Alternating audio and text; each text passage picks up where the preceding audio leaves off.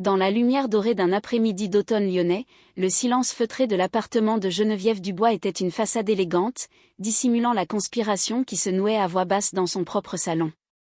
L'horloge comptoise dans le couloir égrenait les secondes avec une régularité imperturbable, un son qui avait rythmé la vie de Geneviève pendant 50 ans.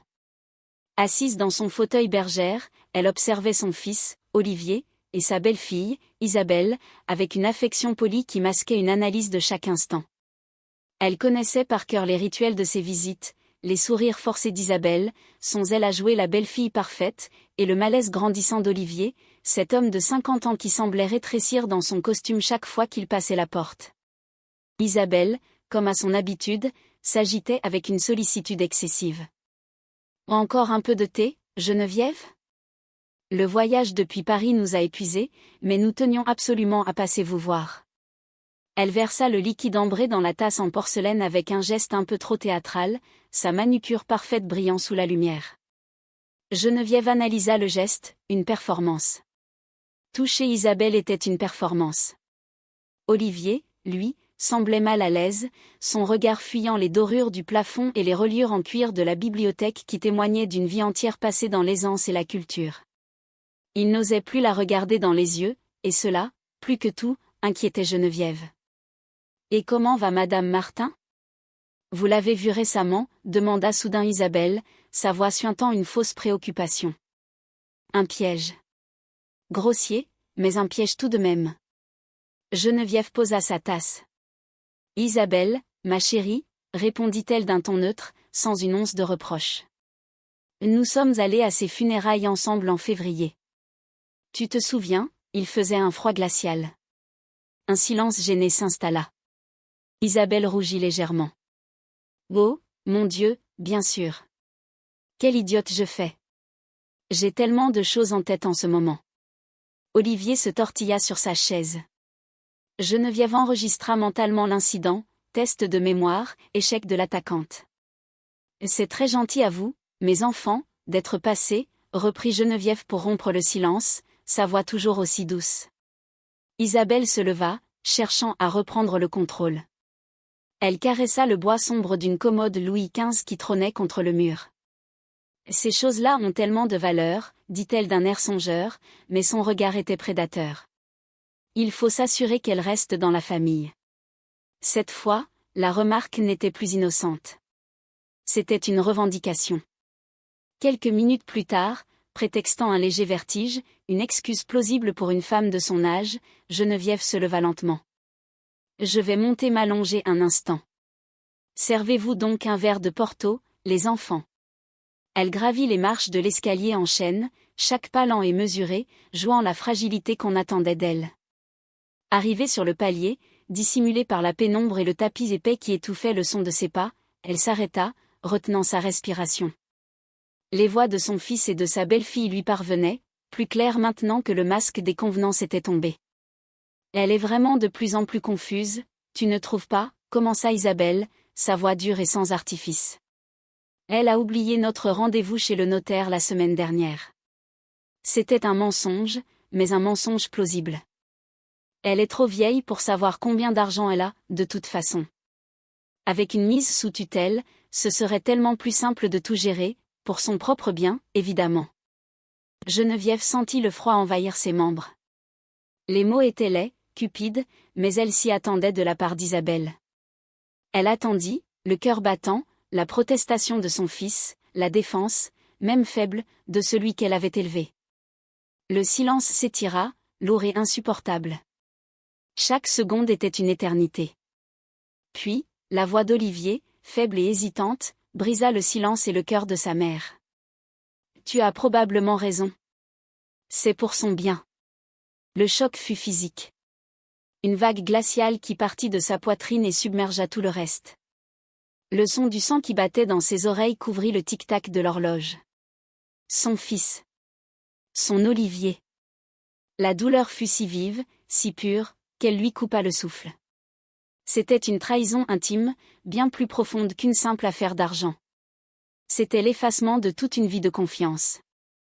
Une vague de chagrin la submergea, le chagrin d'une mère qui venait de perdre son fils, non pas à la mort, mais à la lâcheté. Puis, Aussi soudainement que le chagrin était venu, il reflua, remplacé par autre chose. Une colère froide. Une fureur silencieuse qui ne tremblait pas, mais se solidifiait en une certitude de fer. Et derrière la colère, une vieille habitude, une discipline de l'esprit qu'elle n'avait pas utilisée depuis des années, se mit en marche. Le problème était posé. Les adversaires étaient identifiés. Une stratégie était nécessaire. La douleur fut mise de côté, non pas oubliée, mais transformée en carburant. Immobile dans l'ombre du couloir, son visage une toile vierge, Geneviève ne laissa paraître aucune émotion. Mais derrière ce masque de fragilité, son esprit d'avocate, aiguisé par 40 ans de barreau, vient de se réveiller. Le jeu a commencé. Le lendemain matin, la tasse de café en porcelaine de Limoges glissa des mains de Geneviève et se brisa sur le carrelage de la cuisine. C'était la première réplique de sa nouvelle pièce de théâtre. Le bruit sec et la dispersion des éclats blancs furent le signal. Au bout du fil, la voix d'Isabelle se fit immédiatement mielleuse. « Geneviève ? Tout va bien ? Qu'est-ce que c'était que ce bruit ? » « Oh, rien ma chérie, » répondit Geneviève en laissant sa voix trembler légèrement. « Juste ma tasse. Je suis si maladroite ces temps-ci. Je ne sais pas ce que j'ai. » Elle marqua une pause, laissant le silence s'installer. « Et dis-moi, de quoi parlions-nous déjà ? J'ai un trou de mémoire. » Un court silence à l'autre bout du fil, puis la voix d'Isabelle, empreinte d'une satisfaction mal dissimulée. « Nous parlions du déjeuner de dimanche, Geneviève. Je vous demandais si nous devions apporter le dessert. » « Là, oui, le déjeuner. » « Bien sûr, » mentit Geneviève. Elle n'avait jamais parlé d'un déjeuner. La performance était lancée. Après avoir raccroché, le masque de la confusion tomba. Avec une précision redoutable, Geneviève nettoya les débris. Chaque geste était mesuré. Son esprit, lui, était déjà loin. Elle savait qu'Isabelle ne tarderait pas à utiliser cet incident comme une nouvelle preuve. Et elle avait raison. Dans leur appartement de la presqu'île, Isabelle se tourna vers Olivier, le téléphone encore à la main. « Tu vois, Olivier. C'est de pire en pire. Elle vient de casser sa tasse préférée et ne se souvenait même plus de notre conversation. J'ai pris les devants. J'ai pris rendez-vous avec le docteur. Laurent Moreau, un gériatre formidable que l'on m'a recommandé. C'est juste un bilan, pour nous rassurer. » Olivier, le visage soucieux, hocha la tête sans mot dire, prisonnier du filet de mensonge de sa femme. Pendant ce temps, Geneviève se préparait. Elle choisit une tenue sobre et élégante, un tailleur gris qui lui donnait l'assurance d'une femme d'affaires. En se regardant dans le miroir, elle ne vit pas une vieille dame fragile, mais une combattante se préparant à entrer dans l'arène. Elle quitta son appartement, non pas pour un club de lecture comme elle l'avait dit à Isabelle, mais pour un rendez-vous bien plus crucial. Le Grand Café des Négociants, près de la place des Jacobins, était un havre de discrétion avec ses boiseries sombres et ses banquettes de velours rouge.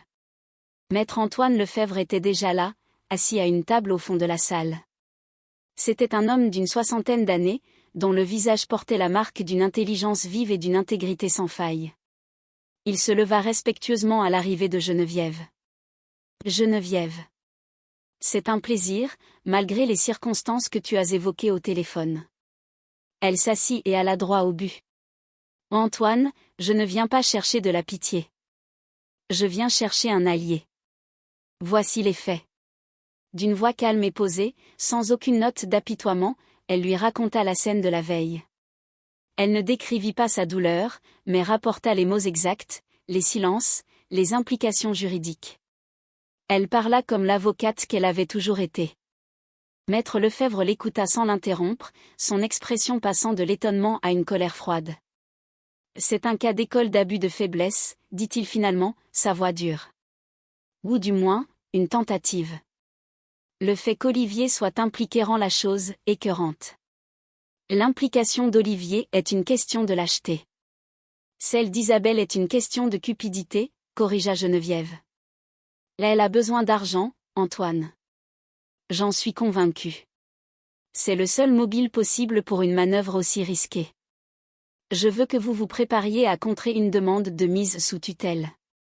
Et je veux que nous attaquions les premiers. Le respect dans le regard de Lefebvre s'intensifia. Il ne voyait pas une cliente apeurée, mais son ancienne mentor, brillante et combative comme au premier jour. Il sortit un carnet en cuir de sa mallette. Très bien. La stratégie est claire. Nous allons documenter chacun de tes épisodes de confusion. Nous allons recueillir des preuves de ta parfaite lucidité. Mais surtout, nous devons trouver le mobile. Nous devons prouver son intention de nuire. Maître Lefebvre ferma son carnet en cuir. Ne vous inquiétez pas, Geneviève, dit-il avec une expression sérieuse. Nous allons engager le meilleur détective privé que je connaisse. Isabelle a des dettes, j'en suis certain. Nous allons tout découvrir. Avec une cruauté masquée par une fausse sollicitude, Isabelle annonça à Geneviève qu'elle avait dû se séparer de Maria, sa fidèle femme de ménage, à cause de petits vols répétés. Elle se tenait au milieu du salon, son visage composant un masque de regret parfait. Près de la porte, Maria se tenait droite, son manteau sur le bras, sa dignité pour seule armure contre l'humiliation. 15 ans de service loyal, effacés par un mensonge cynique. Je suis navrée d'avoir à faire ça, Geneviève, vraiment, continua Isabelle. J'ai remarqué que de petites choses disparaissaient. Une cuillère en argent ici, un petit bibelot là. Je ne voulais pas vous inquiéter, alors j'ai géré la situation moi-même. Geneviève sentit une rage froide monter en elle, mais sa voix resta celle d'une vieille femme désemparée. Mais Isabelle. Maria est avec nous depuis si longtemps. Il doit y avoir une explication. Une erreur. Il n'y a pas d'erreur, coupa Isabelle, son ton devenant tranchant. La décision est prise. C'est pour votre sécurité. Maria s'approcha pour dire au revoir à Geneviève. Ses yeux brillaient de larmes non versées, mais aussi de défi. En lui prenant la main, elle y glissa un morceau de papier discrètement plié. Le contact fut bref, mais chargé de sens. Geneviève serra le papier dans sa paume, un pacte silencieux.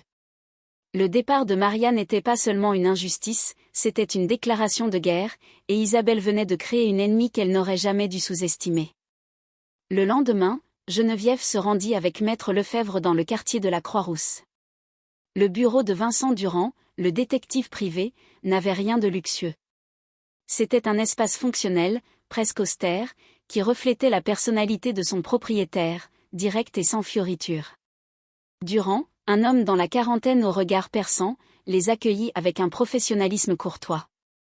Après les présentations, Geneviève prit la parole. Le détective s'attendait peut-être aux lamentations confuses d'une personne âgée, mais il fut surpris. Geneviève exposa les faits avec une clarté chirurgicale, les acteurs, le mobile suspecté, la chronologie des événements. Elle n'était pas une victime, elle était une cliente qui donnait un briefing. Je veux tout savoir sur les finances d'Isabelle Dubois, conclut-elle. Ses dettes, ses comptes, ses secrets. Et je veux un rapport complet sur le passé du docteur Laurent Moreau. Un homme qui accepte de faire un faux diagnostic doit avoir des squelettes dans son placard. L'estime de Durand pour sa nouvelle cliente monta en flèche. Ce sera fait, Madame Dubois. Avec la plus grande discrétion. De retour dans la solitude de son grand appartement, le silence était assourdissant. L'absence de Maria pesait sur chaque pièce. Geneviève sortit un petit téléphone prépayé, acheté en espèces la veille. Elle déplia le papier que Maria lui avait donné. Dessus, un numéro de téléphone et 3 mots, si besoin. Je sais. Elle composa le numéro. Maria répondit à la première sonnerie, sa voix brisée par l'émotion. Madame Dubois ? Je suis si désolée. C'est moi qui suis désolée, Maria, dit Geneviève avec une chaleur sincère. Cette injustice sera réparée. Mais j'ai besoin de savoir. Qu'avez-vous vu ? Au téléphone, Maria raconta. Elle avait surpris Isabelle, tard un soir, dans le bureau de Geneviève. La porte était entr'ouverte. Isabelle ne volait pas d'argenterie. Elle utilisait son téléphone pour prendre des photos des relevés de compte et des documents d'investissement de Geneviève, page par page. Je savais que quelque chose n'allait pas, Madame Dubois. Elle est mauvaise. Elle a un regard avide. Ce témoignage était la première preuve tangible de l'intention de nuire d'Isabelle. Quelques jours plus tard, un email crypté arriva. C'était le premier rapport de Vincent Durand. Assise seule dans son salon, Geneviève l'ouvrit sur sa tablette. Les lignes de chiffres et de textes défilaient, dessinant le portrait d'une femme aux abois. Des dettes de cartes de crédit s'élevant à des dizaines de milliers d'euros. Des prêts à la consommation. Et le coup de grâce, une deuxième hypothèque sur la maison d'Isabelle et Olivier, contractée 6 mois plus tôt sans que son mari en soit informé. Le total dépassait les 80 000 euros. Les chiffres brillaient dans la pénombre. Ce n'était plus seulement de la cupidité. Il s'agissait de désespoir pur. Et une personne désespérée est capable de tout. L'étau se resserre autour de Geneviève, et le danger devient bien réel. Si vous êtes captivé par sa détermination et que vous voulez voir comment elle va déjouer ce complot, merci de commenter avec le chiffre ci-dessous pour nous le faire savoir. Et si ce n'est pas déjà fait, nous vous invitons à vous abonner et à activer la cloche pour ne manquer aucun chapitre de cette histoire. Votre soutien nous est précieux et nous permet de continuer à créer des récits qui, nous l'espérons, vous inspirent. Maintenant, retournons à l'histoire. Le cabinet du docteur Moreau, d'une blancheur chirurgicale et d'un design impersonnel, ressemblait moins à un lieu de guérison qu'à une antichambre du mensonge, où la santé de Geneviève allait être sacrifiée sur l'autel de la cupidité. Assise sur un fauteuil en cuir froid, elle observait le médecin qui lui souriait d'un air faussement compatissant. Isabelle était assise à côté d'elle, jouant le rôle de l'ange gardien inquiet, mais Geneviève pouvait sentir sa nervosité. Le désespoir financier que Vincent Durand avait découvert la rendait pressée, et donc, imprudente. Alors, Madame Dubois, nous allons faire quelques petits exercices très simples, juste pour établir une base, commença le docteur Moreau. Il lui demanda de dessiner une horloge indiquant 11h10. Geneviève obtempéra, traçant un cercle presque parfait, mais plaçant délibérément la petite aiguille sur le 10 et la grande sur le 11. Elle laissa échapper un soupir de frustration. « Oh, je me suis encore trompée. Je confonds toujours les deux. » Le docteur et Isabelle échangèrent un regard entendu. Puis vinrent les 3 mots à mémoriser, clé, ballon, rivière. Geneviève les répéta docilement. Tout au long de l'examen, elle remarqua que le médecin jetait des coups d'œil furtifs à un petit carnet posé sur son bureau, juste à côté d'une note manuscrite qu'Isabelle lui avait discrètement tendue en arrivant. Le script était écrit d'avance. 20 minutes plus tard, lorsqu'il lui demanda de répéter les 3 mots, elle répondit avec une concentration feinte, clé, ballon. Montagne. C'est bien ça, n'est-ce pas? Le dîner, quelques jours plus tard, se déroula dans une atmosphère funèbre. Olivier, le visage fermé, poussait la nourriture dans son assiette sans en prendre une bouchée. Isabelle, au contraire, semblait imbue d'une mission solennelle. Elle déplia le rapport médical comme on lirait un verdict. Les conclusions sont claires, malheureusement, dit-elle d'une voix grave. Elle commença à lire des extraits choisis, troubles cognitifs modérés, altération significative du jugement financier, signe d'une démence progressive. Chaque mot était un coup porté à Olivier. Il posa sa fourchette, le regard perdu dans le vide. « Qu'est-ce que ça veut dire, concrètement ?» demanda-t-il d'une voix sourde. Geneviève, jouant le rôle de la principale intéressée, laissa une larme perler au coin de son œil. Je ne sais pas quoi dire. Si le docteur le dit. Sa performance était si convaincante qu'Isabelle dut réprimer un sourire de triomphe. Plus tard dans la soirée, après le départ d'Olivier, Isabelle insista pour rester, juste pour s'assurer que tu passes une bonne nuit, Geneviève. C'est là qu'elle sortit un nouveau pilulier de son sac. Le docteur Moreau a ajusté ton traitement pour la tension. C'est beaucoup plus adapté maintenant, il faut le prendre avant de dormir. Elle tendit 2 petits comprimés blancs, différents de ses pilules habituelles, et un verre d'eau, ses yeux fixés sur Geneviève, ne manquant aucun de ses gestes. Geneviève sentit le danger, palpable et imminent. Elle porta les comprimés à sa bouche. Sous le regard attentif d'Isabelle, elle fit semblant de déglutir, buvant une grande gorgée d'eau, mais en réalité, elle coinça les pilules contre sa joue avec sa langue. Le goût était amer, chimique.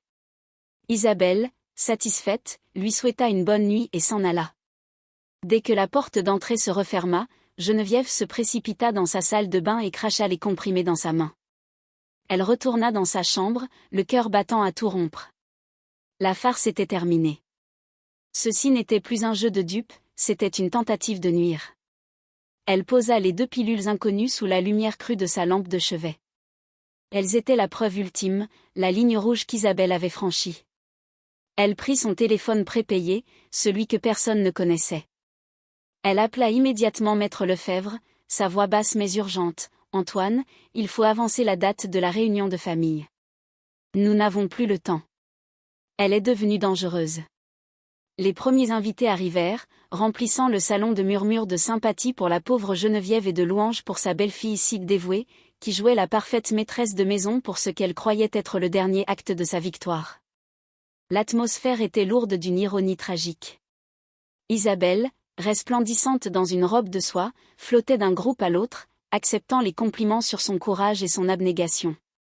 Olivier, à ses côtés, ressemblait à un fantôme, son visage pâle et son sourire figé. Il évitait soigneusement le regard de sa mère.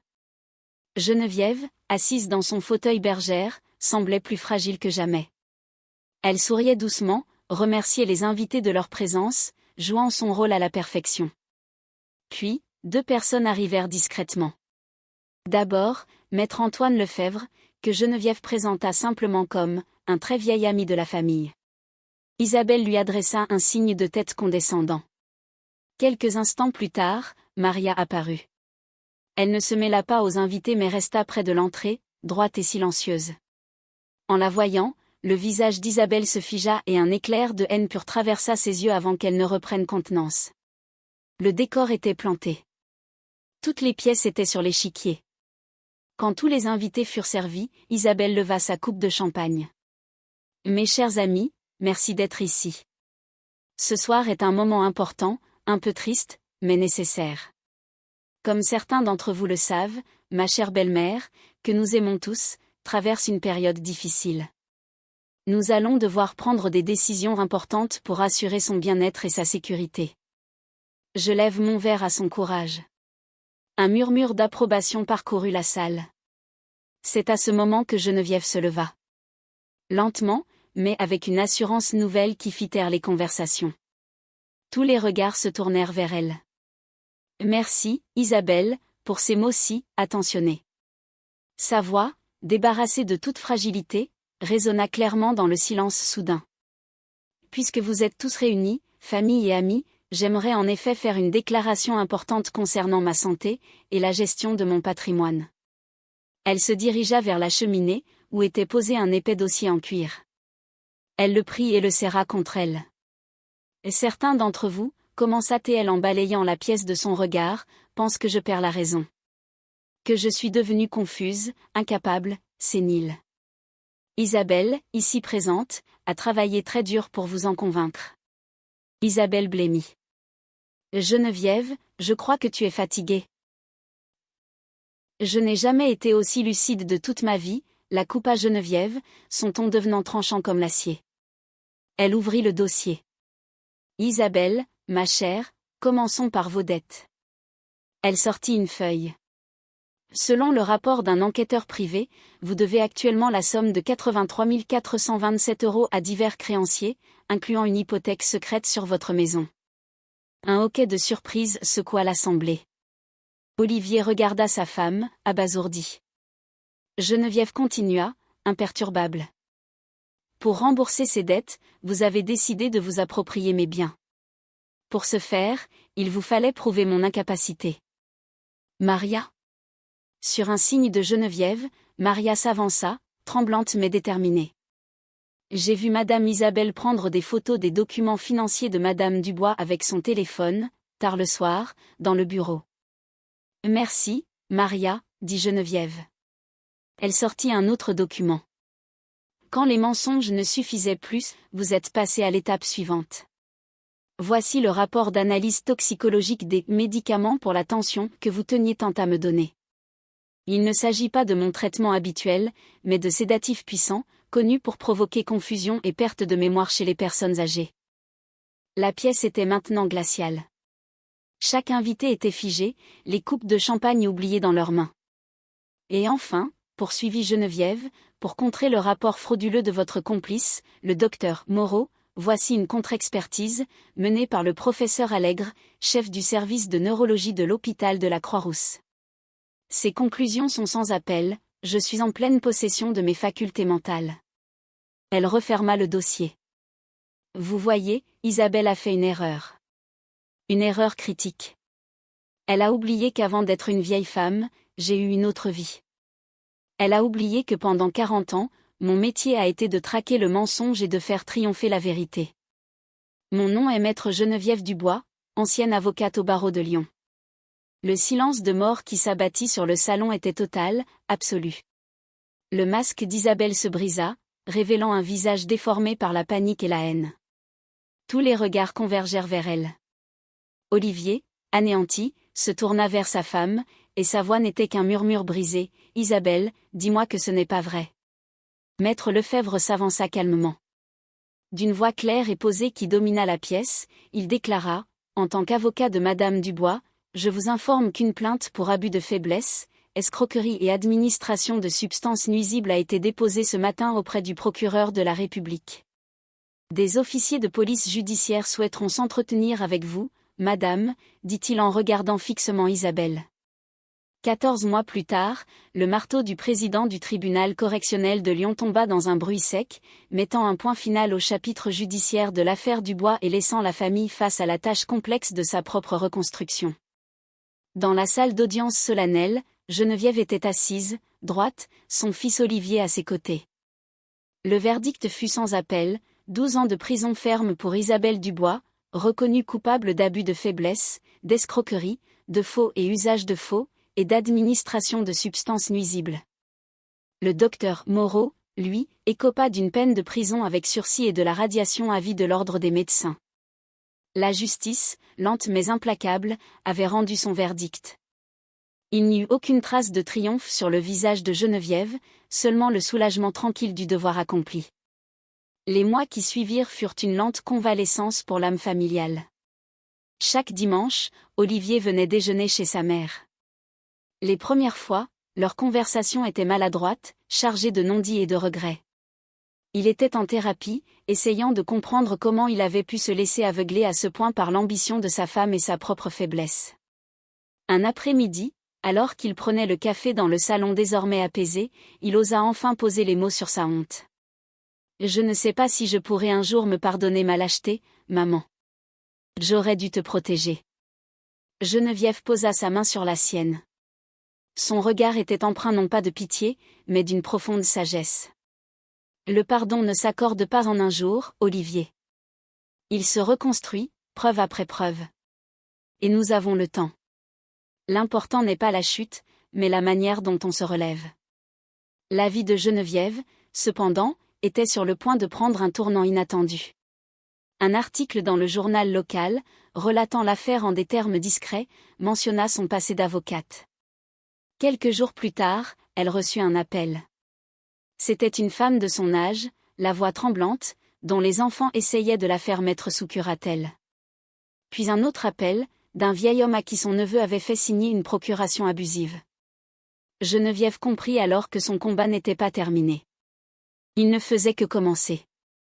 Avec une énergie qu'elle ne se connaissait plus, elle se lança dans un nouveau projet. Aidée par Maître Lefebvre pour les statuts et par Maria qui devint sa première employée, sa loyauté enfin récompensée par un travail digne et respectable, elle fonda Tutelle Vigilance, une association loi 1901.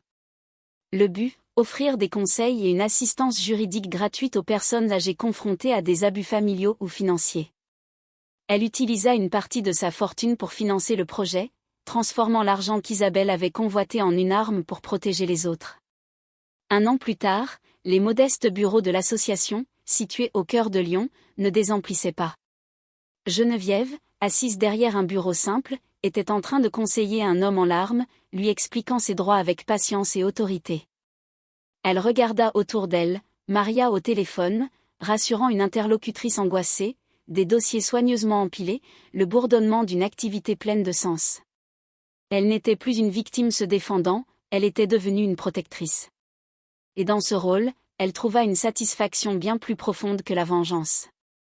Ce soir-là, pour célébrer le premier anniversaire de l'association, elle dînait chez elle avec Olivier et ses petits-enfants, Thomas et Léa, qui passaient désormais tout leur week-end avec elle.